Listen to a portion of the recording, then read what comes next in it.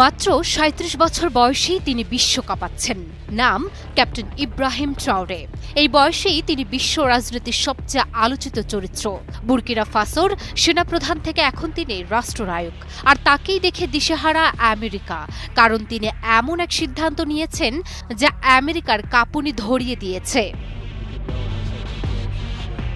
Ibrahim Traore এই নাম এখন শুধু আফ্রিকায় নয়, বিশ্ব রাজনীতির মঞ্চে এক শক্তিশালী প্রতিবাদের প্রতীক। ইব্রাহিম ট্রাওরের জন্ম ১৯৮৮ সালে। পড়াশোনা করেছেন পদার্থবিজ্ঞানে, পরে যোগ দেন সেনাবাহিনীতে। মাত্র ৩৪ বছর বয়সে ২০২২ সালে সেনা অভ্যুত্থানের মাধ্যমে রাষ্ট্রক্ষমতা গ্রহণ করেন। দেশে যখন দুর্নীতি, দারিদ্র্য আর জঙ্গিবাদের আগুন, তখনই তিনি হয়ে ওঠেন আশার প্রতীক।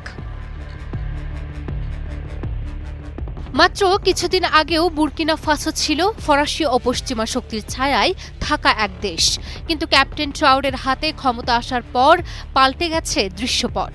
ক্যাপ্টেন ট্রাওরে এক বিস্ময়কর সিদ্ধান্ত নিয়েছেন।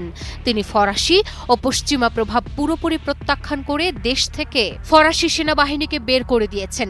তিনি আমেরিকা ও ইউরোপের চোখ রাঙানি অগ্রাহ্য করে ঘোষণা দিয়েছেন বুর্কিনা ফাসো আর কারও উপনিবেশ নয়। তার নেতৃত্বে বুর্কিনা ফাসো রাশিয়া ও আফ্রিকার ঐক্য গড়ার পথে এগিয়ে যাচ্ছে। ট্রাওরের প্রথম কাজই ছিল খনিজ সম্পদ জাতীয়করণ।